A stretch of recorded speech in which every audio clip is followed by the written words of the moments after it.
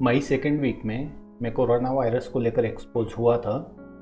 जो प्रोटोकॉल्स उसके बाद पूरे करने चाहिए थे वो सब मैंने किए थे।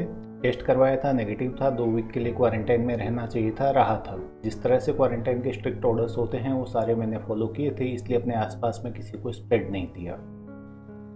अब यहाँ से रही बात मेरी हेल्थ की, कोई हेल्थ इशू मुझे डेवलप नहीं हुआ था। किसी तरह का कोई कोल्ड नहीं, कोई कफ नहीं, किसी तरह का कोई ब्रीथलेसनेस का या फीवर का कोई साइन नहीं। मैं पूरी तरह से कंफर्टेबल था।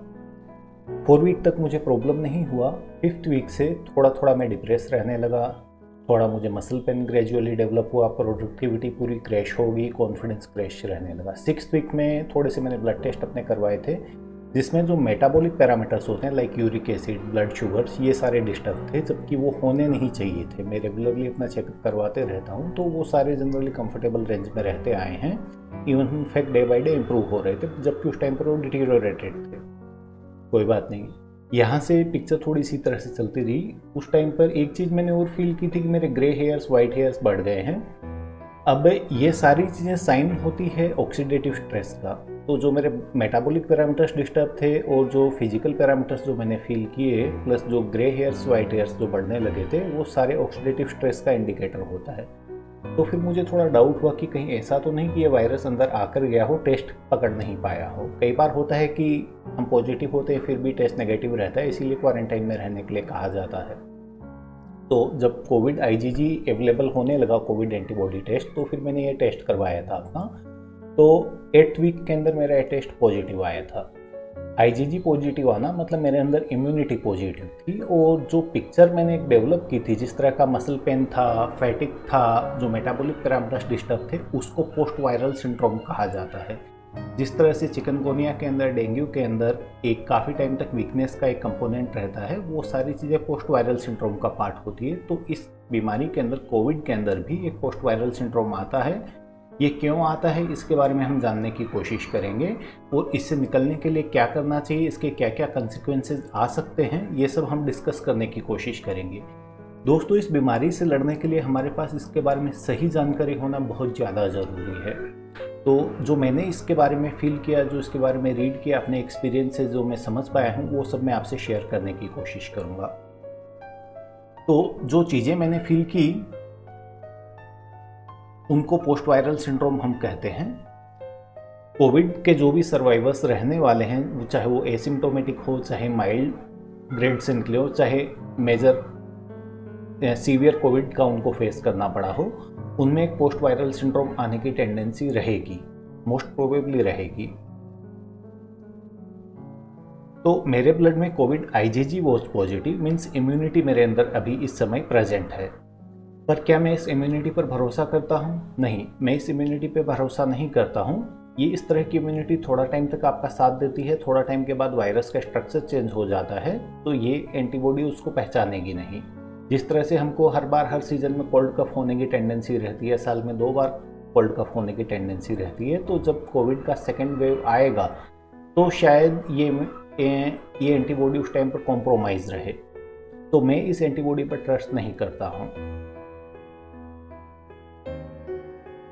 अब एक चीज़ इस वायरस के बारे में आप लोगों को ध्यान रखनी है कि this is not a pneumonia virus. ये आपकी पूरी बॉडी को अफेक्ट करता है। इसमें लोगों को कोल्ड कफ भी होता है, फीवर भी होता है, ब्रीथलेसनेस भी होती है, न्यूमोनिया भी होता है, डायरिया, वॉमिटिंग भी होता है। यहाँ तक चीज़ें ठीक है, पर जब ये ब्लड वेसल्स को अफेक्ट करता है तो ब्लड में क्लॉट्स भी बनते हैं, जो कि एक ज़्यादा सीवियर न्यूमोनिया लेकर आते हैं, और वहाँ से हार्ट अटैक भी हो सकता है, स्ट्रोक भी हो सकता है, ऑर्गन डैमेज भी हो सकता है, और भी काफ़ी चीज़ें हो सकती है। तो ये आपकी पूरी बॉडी को अफेक्ट करने की टेंडेंसी रखता है। तो कोविड-19 is all about your mitochondrial health. Mitochondrial health क्या होती है, इसके बारे में तो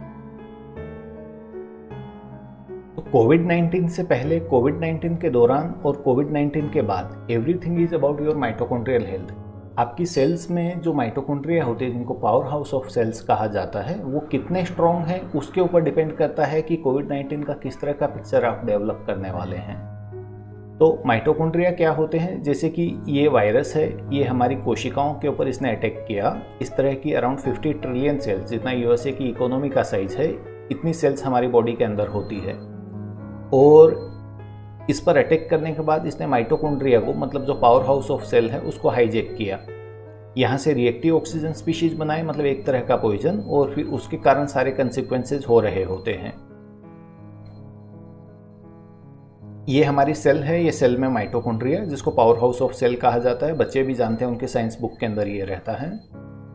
माइटोकॉन्ड्रिया को आप एक फर्नेस से, एक भट्टी से कंपेयर कर सकते हो। जिस तरह से एक भट्टी को चलने के लिए एक पर्टिकुलर टाइप के फ्यूल की एक पर्टिकुलर क्वांटिटी के अंदर ज़रूरत होती है, और फिर इस भट्टी की दीवारें मजबूत होनी चाहिए। वहाँ से यदि चिंगारियाँ बाहर निकलेंगी, स्पार्क्स बाहर निकलेंगे, तो आसपास की चीज़ों को डैमेज करने की टेंडेंसी रखेंगे।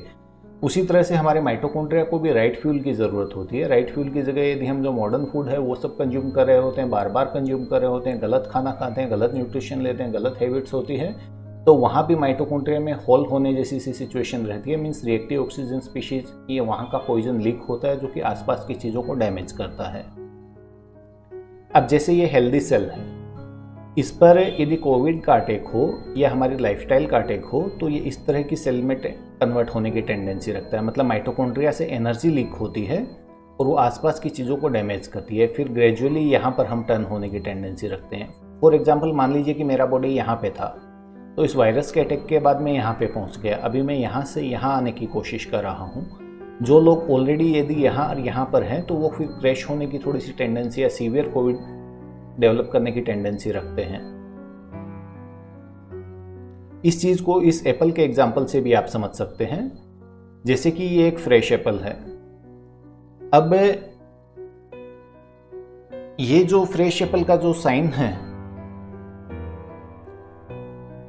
यहां पर आप कंसीडर कर सकते हैं कि आपके माइटोकॉन्ड्रिया हेल्दी माइटोकॉन्ड्रिया है।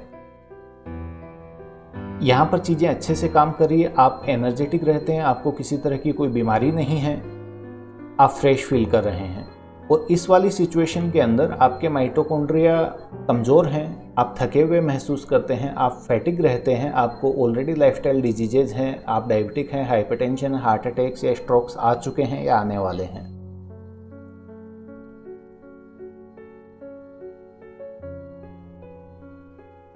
अब कोविड के अटैक के बाद में जो एक पोस्ट माइटोकॉन्ड्रियल सिंड्रोम की पिक्चर की मैंने बात की, उसके अंदर इन द एंड इस वायरस से लड़ने के बाद आपके माइटोकॉन्ड्रिया थक जाएंगे, आपका इम्यून सिस्टम थक जाएगा।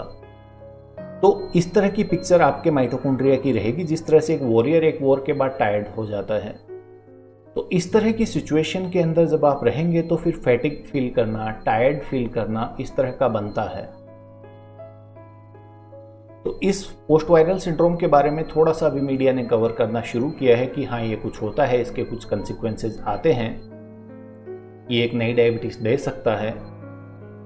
हाँ, ये वायरस माइटोकॉन्ड्रिया को हाईजैक करता है, माइटोकॉन्ड्रियल डिस्फंक्शन इसके दौरान हो सकता है, मेटाबॉलिक पैरामीटर्स डिस्टर्ब होते हैं, एक नई डायबिटीज यहां से आना बनता है, एजिंग और न्यूरो डिजनरेशन के साइन सिम्टम डेवलप होने के चांसेस हैं। ये एक रिसर्च पेपर है जो कि ये बोलता है कि माइटोकॉन्ड्रियल डिस्फंक्शन ऑलरेडी हमारी लाइफ के अंदर जो डिजीजेज चल रही होती है उसका एक सेंट्रल पॉइंट होता है। तो इस तरह के लोग जिनके माइटोकॉन्ड्रिया ऑलरेडी ठीक से काम नहीं कर रहे हैं, तो उनको इससे ज़्यादा परेशान होने की टेंडेंसी हो सकती है, ऐसा मान के चलिए। डिप्रेशन जैसी चीज़ों के अंदर ऑलरेडी माइटोकॉन्ड्रियल डिस्फंक्शन होता है, और जब कोविड के अटैक के बाद में माइटोकॉन्ड्रियल डिस्फंक्शन हो तो भी डिप्रेशन आ सकता है। इस टाइम पर हेल्थ केयर के में काम करने वाले काफ़ी लोग जो कि इसको लेकर एक्सपोज हुए हैं, वो इन दिनों डिप्रेस फील कर रहे हैं, मसल पेन फील कर रहे हैं, क्योंकि वो डायरेक्टली इनडायरेक्टली इसको लेकर एक्सपोज हुए हैं, चाहे उन्होंने टेस्ट करवाया हो नहीं करवाया। उनमें से मोस्ट ऑफ लोगों को ये लगता है कि अभी एटमॉस्फेयर एकदम से चेंज हो गया है, दिन भर किट पहन के रहना पड़ता है, अभी हॉस्पिटल में अलग तरह का क्राउड, अलग तरह का प्रेशर, अलग तरह का वर्क आया है, इसलिए ये सब चीज़ें हो रही नहीं।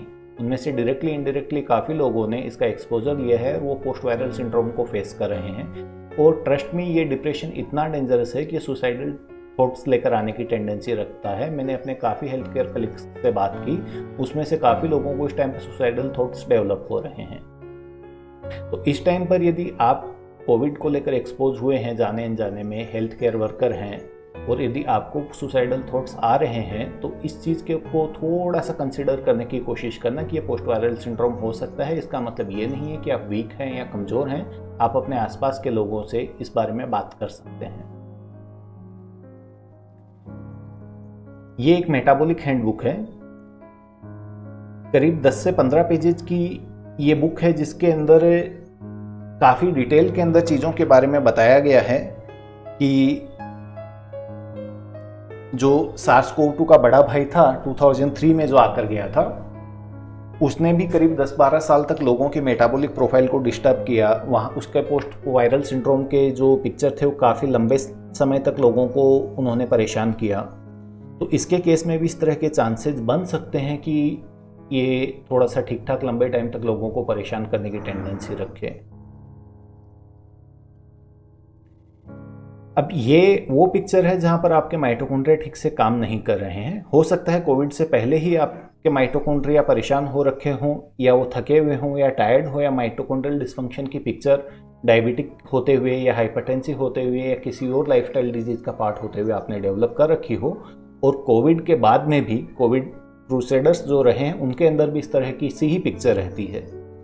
अब डेली लाइफ के अंदर जब ये पिक्चर डेवलप होती है, इसको आप बोल दीजिए एक होल मेकिंग टेंडेंसी। माइटोकॉन्ड्रिया में दो टाइप के प्रोसेस चल रहे होते हैं, one is hole making and second is hole filling.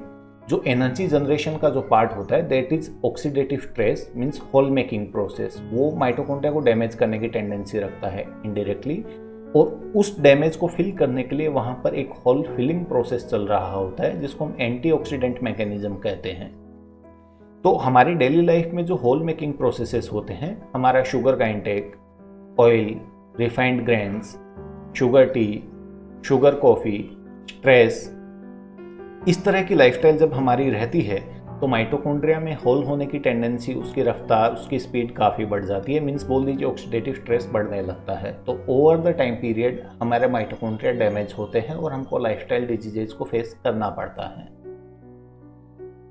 ये फ्रेश माइटोकॉन्ड्रिया वाली पिक्चर है। जो लोग through the day energetic feel करते हैं, जिनका चेहरा खिला हुआ रहता है, जिनकी बॉडी में फेस में ग्लो रहता है, जो उम्र के साथ भी यंग नज़र आते हैं, उन लोगों के अंदर इस तरह की पिक्चर होती है। उनके माइटोकॉन्ड्रिया इतने ज़्यादा फ्रेश रहते हैं।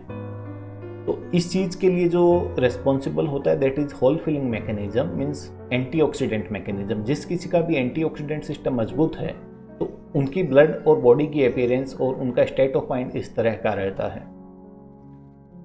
अनियन का इंटेक और गार्लिक का इंटेक ये स्टेट्स लेकर आने में आपकी हेल्प कर सकता है। घी और बटर का intake, green leafy vegetables, green tea, black coffee, stress management और एक्सरसाइज। यदि इन चीज़ों की आप प्रैक्टिस करते हैं तो मानकर चलिए कि आपका एंटीऑक्सीडेंट मैकेनिज्म मजबूत होगा। आप अपनी शुगर टी, शुगर कॉफ़ी को आप ब्लैक टी, ब्लैक कॉफ़ी से रिप्लेस कीजिए, डुअल इम्पैक्ट आएंगे।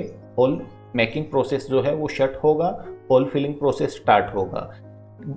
ऑयल की जगह घी और बटर में सब्जी बनाने की कोशिश कीजिए, क्योंकि घी और बटर का स्मोक पॉइंट 450 डिग्री के आसपास होता है। ऑयल जो हमारे जितने भी हैं इंक्लूडिंग ऑलिव ऑयल, तो वो 200 डिग्री के आसपास फटने लगते हैं। और भी अनियन और गार्लिक को कच्चा काम में लेने की कोशिश कीजिए, सब्जी बनाने के बाद ऊपर से ऐड कीजिए, उसका न्यूट्रिशनल वैल्यू काफ़ी इंप्रूव हो जाएगा। क्रोनिक स्ट्रेस हमारी सेल्स को बहुत ज़्यादा अफेक्ट करता है। माइटोकॉन्ड्रियल का डिस्फंक्शन वहाँ से शुरू होता है, इसलिए काफ़ी लोग जो मैनेजमेंट प्रोफाइल में होते हैं उनके बाल सफ़ेद होने शुरू हो जाते हैं। Exercise is not about the weight loss, exercise is for the wellness. 5 to 10 minute का भी यदि आप एक इंटेंस एक्सरसाइज करते हैं, स्ट्रेंथ ट्रेनिंग या बॉडी वेट एक्सरसाइज करते हैं, तो उससे आपके माइटोकॉन्ड्रिया मजबूत होते हैं और ओवर द टाइम पीरियड आपकी हेल्थ इंप्रूव होगी ही होगी। एक चीज़ और है इंटरमिटेंट फास्टिंग। दिन भर हम खाना खाते रहें या दिन भर चाय पीते रहें, तो जितना भी हम ये करेंगे, जितनी बार हम खाना खाएंगे, वो सब चीज़ें ऑक्सीडेटिव प्रोसेस का पार्ट होता है, होल मेकिंग चीज़ों का पार्ट होता है। तो आजकल मोस्ट ऑफ लोगों की लाइफ के अंदर मॉर्निंग की चाय से लेकर रात के दूध तक दिन में करीब 15 से 20 बार एनर्जी का इंटेक हो जाता है। तो जितना ज़्यादा एनर्जी का इंटेक आपका रहेगा उतना ज़्यादा आपके माइटोकॉन्ड्रिया में होल्स बनेंगे। दिन में 2 या 3 बार, इससे ज़्यादा आपको एनर्जी इंटेक नहीं लेना है। इंटरमिटेंट फास्टिंग के बारे में और भी आपको इंटरनेट पर जानकारी मिल जाएगी, कोशिश कीजिए। बाकी आपको मुझसे जानकारी चाहिए तो कमेंट बॉक्स में कमेंट करना, मैं इसके बारे में डिटेल देने की कोशिश करूँगा।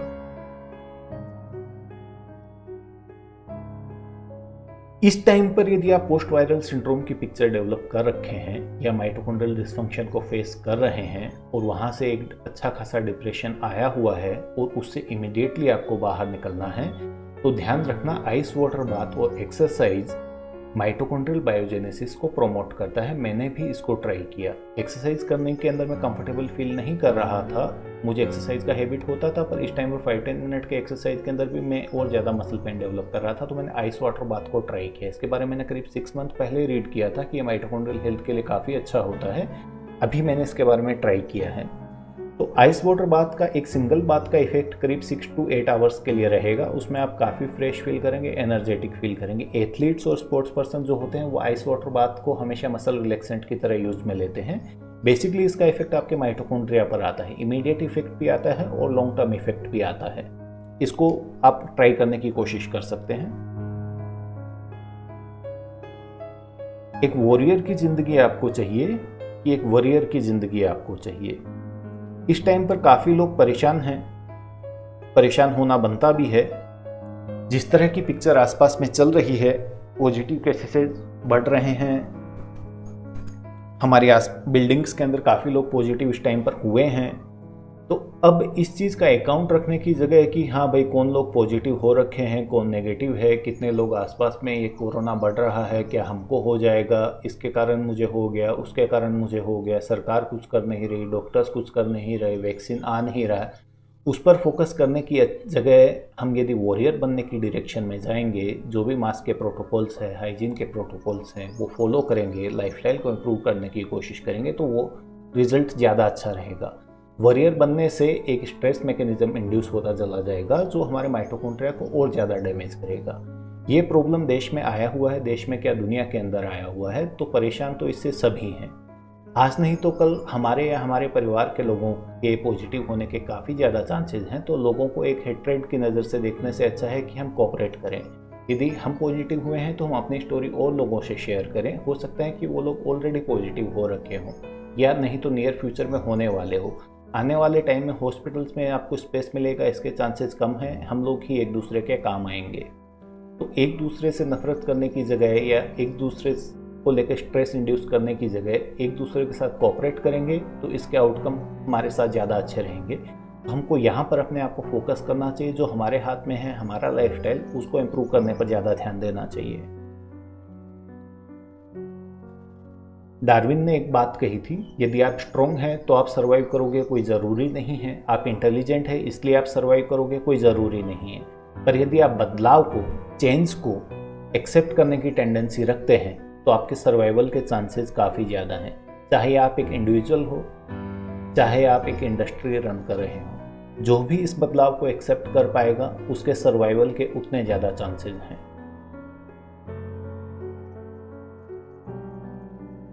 जितने पॉइंट हमने डिस्कस किए हैं उसको हम समराइज करने की कोशिश करते हैं।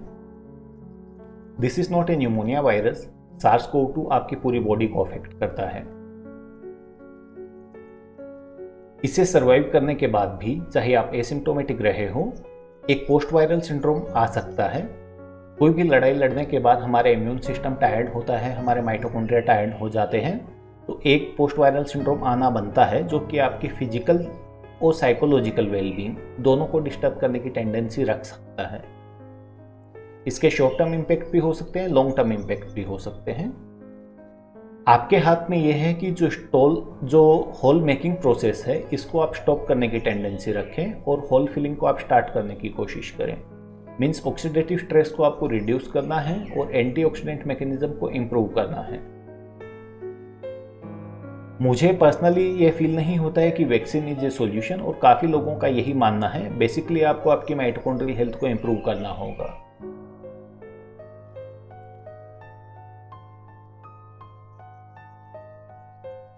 इन सब चीज़ों को यदि एक लाइन में समराइज करना हो तो मैं ये बोलना चाहूँगा कि इम्यूनिटी के पीछे मत भागो, एंटीऑक्सीडेंट सिस्टम को मजबूत बनाओ।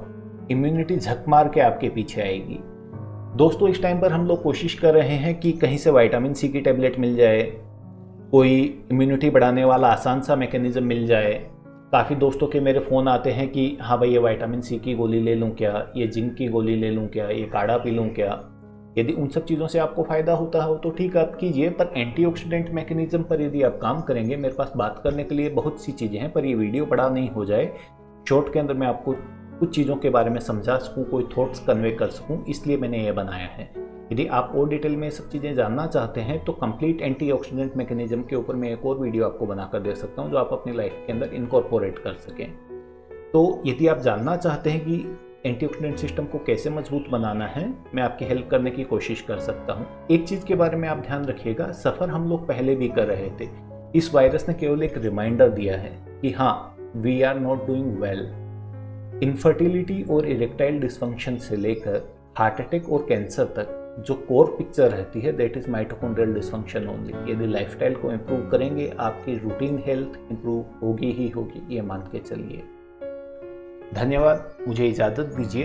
आप लोगों ने मेरी बात सुनी, I am thankful for that. जो भी आपके डाउट्स हो, जो भी क्वेरीज हो, आप कमेंट बॉक्स में कमेंट कीजिए, और यदि वीडियो आपको लगता है कि अच्छा है तो इसको लाइक कीजिए, लगता है कि ये इन्फॉर्मेशन आपको शेयर करनी चाहिए तो शेयर करने की कोशिश कीजिए। Thank you.